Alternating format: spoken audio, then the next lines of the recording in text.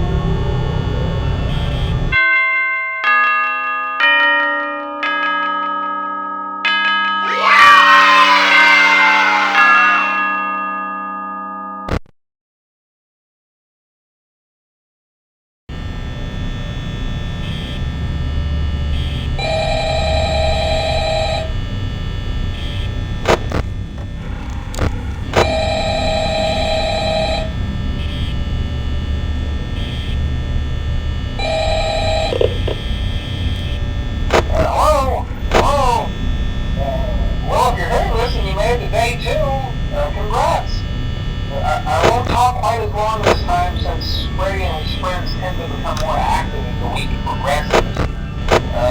It might be a good idea to peek at those cameras while I talk, just to make sure everyone's in their proper place, you know. Interestingly enough, Freddy himself doesn't come on stage very often.